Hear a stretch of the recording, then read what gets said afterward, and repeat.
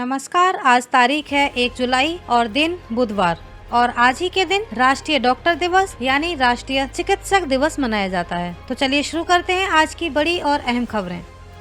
भारतीय सेना को नया प्रमुख मिल गया है। जनरल धीरज सेठ ने नए थल सेना प्रमुख का पदभार संभाल लिया है। वे आर्म्ड कॉर्प्स से आने वाले वरिष्ठ अधिकारी हैं और कई अहम सैन्य अभियानों का नेतृत्व कर चुके हैं। रक्षा विशेषज्ञों का मानना है कि उनके नेतृत्व में सेना के आधुनिकीकरण और सीमा सुरक्षा को और मजबूती मिलेगी। उन्हें जनरल उपेंद्र द्विवेदी की जगह आर्मी चीफ की जिम्मेदारी दी गई है। जनरल द्विवेदी सेना में 4 दशकों से ज्यादा की सेवा देने के बाद रिटायर हुए हैं। वहीं सीबीएसई ने नई 3 लैंग्वेज पॉलिसी को लेकर अहम गाइडलाइन जारी की है। अब अगर कोई छात्र किसी वैध कारण से तीसरी भाषा नहीं पढ़ पाता है तो उसे सीधे फेल नहीं माना जाएगा। बोर्ड ने ऐसे छात्रों को छूट देने और वैकल्पिक व्यवस्था का रास्ता साफ किया है। इससे देश भर के हजारों छात्रों और अभिभावकों को बड़ी राहत मिलने की उम्मीद है। अगर आप सोना या चांदी खरीदने की सोच रहे हैं तो पहले आज का भाव जरूर जान लें। अंतर्राष्ट्रीय बाजार में उतार चढ़ाव के असर से घरेलू बाजार में भी कीमतों में बदलाव हुआ है। कई शहरों में सोना महंगा हुआ है जबकि कुछ जगहों पर चांदी के दाम भी बदले हैं। इसलिए खरीदारी से पहले अपने शहर का लेटेस्ट रेट जरूर चेक करें। अगर आप ग्रेजुएट हैं और सरकारी नौकरी की तैयारी कर रहे हैं तो आपके लिए अच्छी खबर है। बिहार पुलिस अधीनस्थ सेवा आयोग यानी BPSSC ने होमगार्ड कंपनी कमांडर के पदों पर भर्ती निकाली है। आवेदन प्रक्रिया शुरू हो चुकी है। चयन लिखित परीक्षा और अन्य चरणों के आधार पर होगी। इच्छुक उम्मीदवार तय समय सीमा के भीतर आवेदन कर सकते हैं।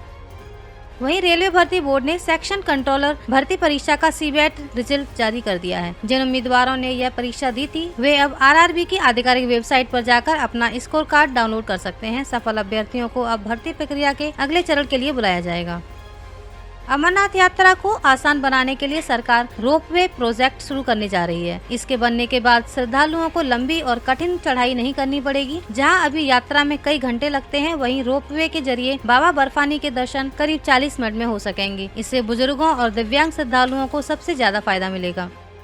हिमाचल प्रदेश में लगातार बारिश के बाद बाढ़ जैसे हालात बने हुए हैं। लाहौल स्पीति के जहालमा नाले पर बनाया गया अस्थायी पुल तेज बहाव में बह गया जिससे कई गांवों का संपर्क टूट गया। प्रशासन ने लोगों से नदी नालों के पास न जाने की अपील की है और राहत बचाव का काम जारी है। उत्तर प्रदेश के बिजली उपभोक्ताओं के लिए राहत की खबर है। जुलाई महीने में बिजली खरीद लागत कम होने का फायदा सीधे उपभोक्ताओं को मिलेगा। इसके चलते इस महीने बिजली का बिल पहले के मुकाबले थोड़ा कम आ सकता है। लाखों उपभोक्ताओं को इसका फायदा मिलेगा।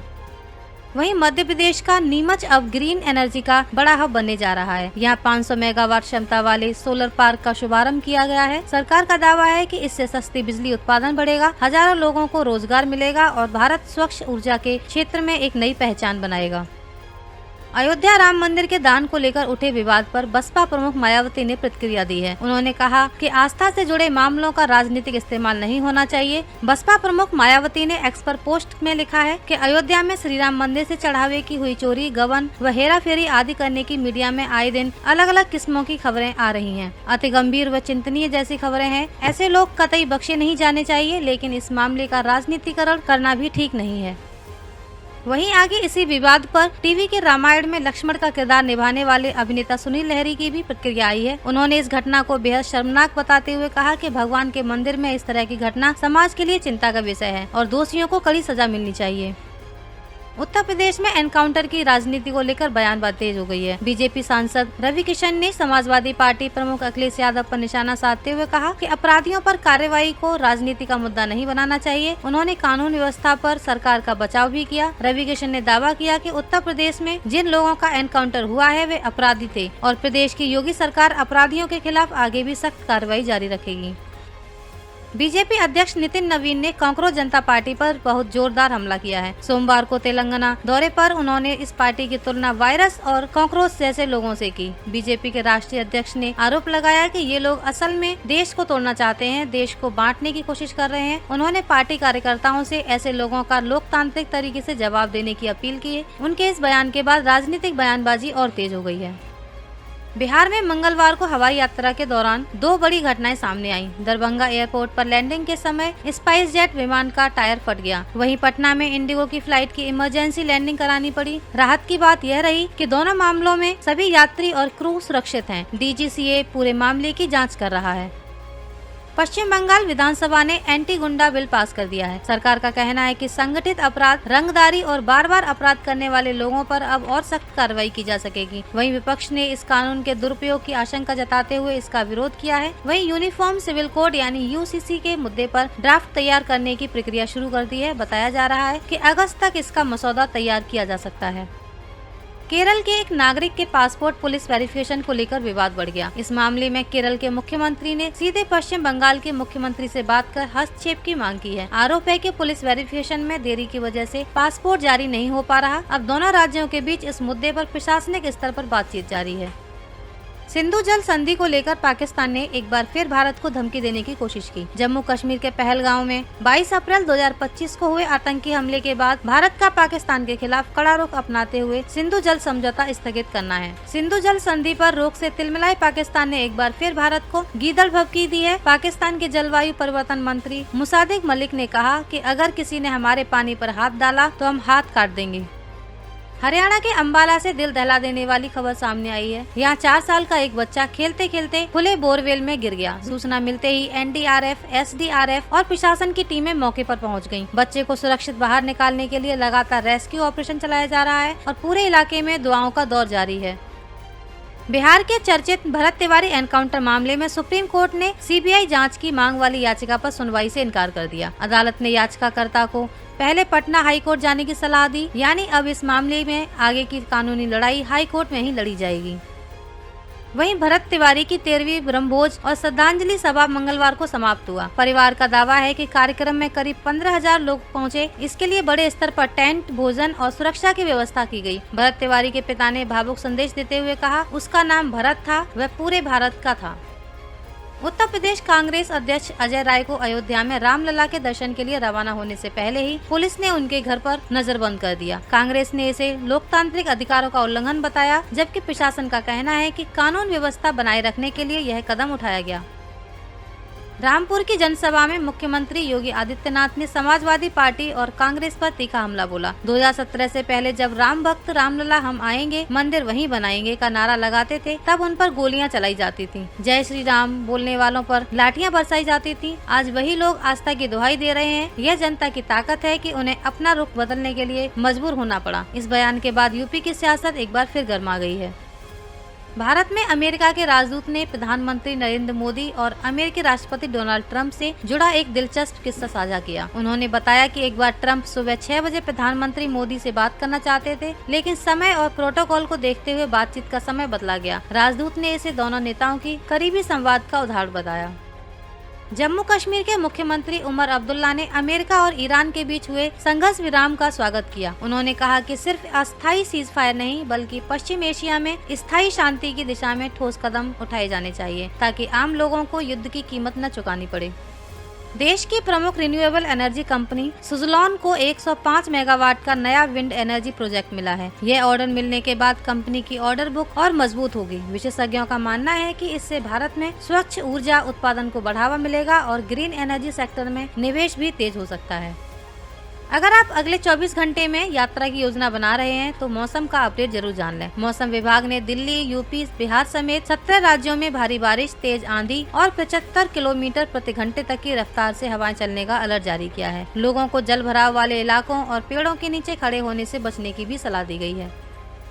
जीएसटी से जुड़े कारोबारियों के लिए राहत की खबर है। सरकार ने जीएसटी अपीलीय न्यायाधिकरण यानी जीएसटीएटी में अपील दाखिल करने की आखिरी तारीख बढ़ाकर 31 जुलाई कर दी है। जिन व्यापारियों की अपील अभी तक दाखिल नहीं हो पाई थी, उन्हें अब अतिरिक्त समय मिल गया है।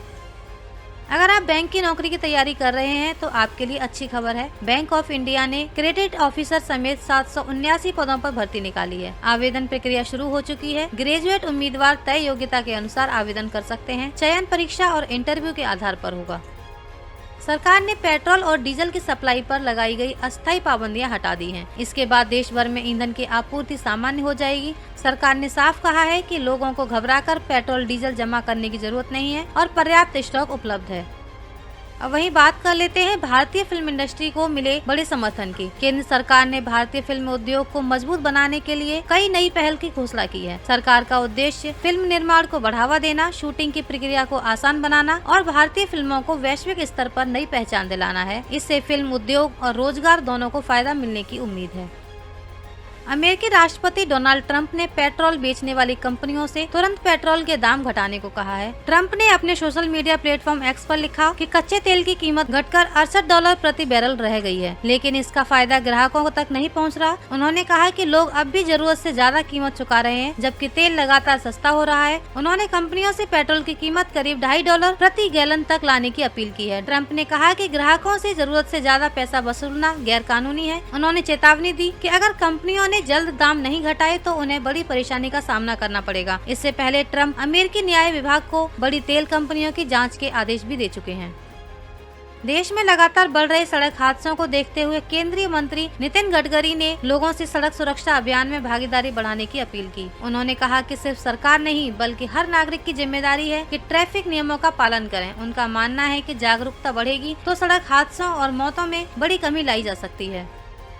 वहीं केंद्रीय कृषि मंत्री शिवराज सिंह चौहान ने कहा कि विकसित भारत का सपना तभी पूरा होगा जब खेती और किसानों की आर्थिक स्थिति मजबूत होगी। उन्होंने कृषि में नई तकनीक, बेहतर बाजार और किसानों की आय बढ़ाने पर जोर देते हुए कहा कि सरकार इस दिशा में लगातार काम कर रही है।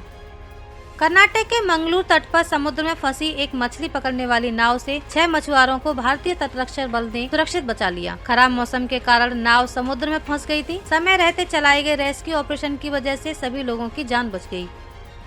उत्तर प्रदेश के फिरोजाबाद में तेज बारिश के दौरान बड़ा हादसा हो गया। सड़क किनारे खड़ा एक पेड़ अचानक ई रिक्शा पर गिर गया। हादसे में 5 लोगों की मौके पर ही मौत हो गई, जबकि कई लोग घायल हैं। प्रशासन ने लोगों से खराब मौसम के दौरान पेड़ों और जर्जर ढांचों से दूर रहने की अपील की है।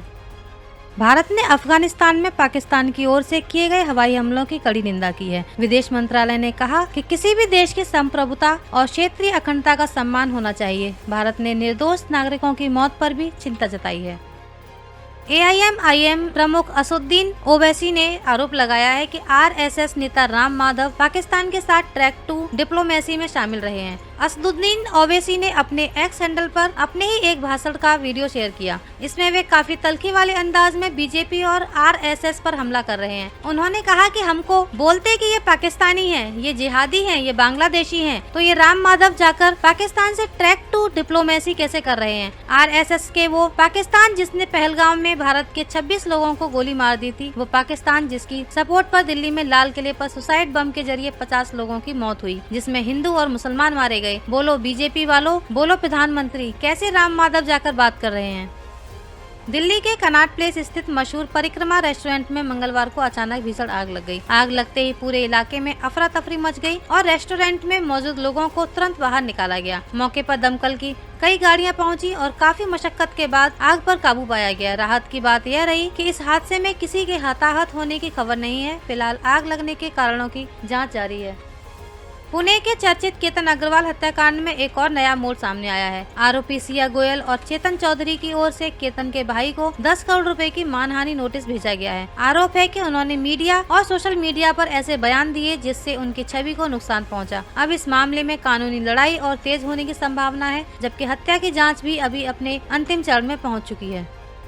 स्टैंड अप कॉमेडियन समय रैना के शो और कंटेंट को लेकर अभिनेता अभिजीत दीपके ने खुलकर अपनी राय रखी। उन्होंने कहा कि उन्हें समय रैना का कंटेंट पसंद नहीं आया। उनका मानना है कि मनोरंजन के नाम पर हर तरह की भाषा और प्रस्तुति सही नहीं हो सकती। उनके इस बयान के बाद सोशल मीडिया पर एक बार फिर कंटेंट की सीमा और जिम्मेदारी को लेकर बहस शुरू हो गई है। अगर आप 12वीं पास हैं और सरकारी नौकरी की तैयारी कर रहे हैं तो आपके लिए अच्छी खबर है। उत्तर प्रदेश अधीनस्थ सेवा चयन बोर्ड यानी UPSSC ने फॉरेस्ट गार्ड और वन्यजीव रक्षक के पदों पर भर्ती के लिए आवेदन प्रक्रिया शुरू कर दी है। इच्छुक उम्मीदवार तय समय सीमा के भीतर ऑनलाइन आवेदन कर सकते हैं। चयन लिखित परीक्षा और शारीरिक दक्षता परीक्षा के आधार पर होगा। वहीं उत्तराखंड में शिक्षक बनने का सपना देख रहे युवाओं के लिए बड़ी खबर है। उत्तराखंड शिक्षक पात्रता परीक्षा यानी UTET के लिए जुलाई से आवेदन शुरू होंगे। राज्य में करीब 10,000 शिक्षकों की भर्ती की तैयारी है। ऐसे में जो उम्मीदवार सरकारी स्कूलों में शिक्षक बनना चाहते हैं उनके लिए यह बड़ा अवसर माना जा रहा है। अयोध्या से एक दर्दनाक खबर सामने आई है। नदी में नहाने के दौरान एक ही परिवार की महिलाएं गहरे पानी में चली गईं। हादसे में 3 महिलाओं की मौत हो गई, जबकि 2 लोग अभी लापता हैं। एसडीआरएफ और स्थानीय प्रशासन की टीमें लगातार सर्च ऑपरेशन चला रही हैं और लापता लोगों की तलाश जारी है। दुष्कर्म के मामले में सजा काट रहे आसाराम को सुप्रीम कोर्ट से फिलहाल कोई राहत नहीं मिली है। अदालत ने उनकी जमानत याचिका पर कहा, तबीयत ज्यादा बिगड़ने पर ही जमानत पर विचार करेंगे। फैसला देने के बजाय राजस्थान सरकार से जवाब मांगा है। अब अगली सुनवाई में सरकार का पक्ष सामने आने के बाद कोर्ट आगे का फैसला करेगा।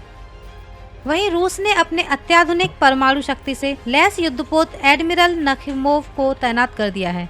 इस युद्धपोत की तैनाती के बाद नाटो देशों की चिंता बढ़ गई है। रक्षा विशेषज्ञों का मानना है कि इससे यूरोप में सैन्य तनाव और बढ़ सकता है और आने वाले दिनों में रणनीतिक गतिविधियां तेज हो सकती हैं। पाकिस्तान के कब्जे वाले कश्मीर यानी पीओके में विरोध प्रदर्शन और तेज हो गया है। प्रदर्शनकारियों ने साफ कहा है कि हम पाकिस्तान का हिस्सा नहीं हैं और इस्लामाबाद सरकार को अंतिम चेतावनी दी है। स्थानीय लोग लंबे समय से बिजली, महंगाई और अधिकारों की मांग को लेकर आंदोलन कर रहे हैं, जो अब राजनीतिक रूप लेता दिख रहा है। हरियाणा सरकार ने मुख्य सचिव अनुराग रस्तोगी के कार्यकाल को दूसरी बार बढ़ाने का फैसला लिया है। सरकार का कहना है कि प्रशासनिक अनुभव और चल रही परियोजनाओं को देखते हुए यह निर्णय लिया गया है। अब वे कुछ और समय तक राज्य के शीर्ष प्रशासनिक अधिकारी के रूप में अपनी जिम्मेदारी निभाएंगे। अगर आपको किसी भी न्यूज के बारे में और जानना है तो कमेंट करके जरूर बताएं और हेडलाइन ब्यूरो को सब्सक्राइब करना ना भूलें। धन्यवाद।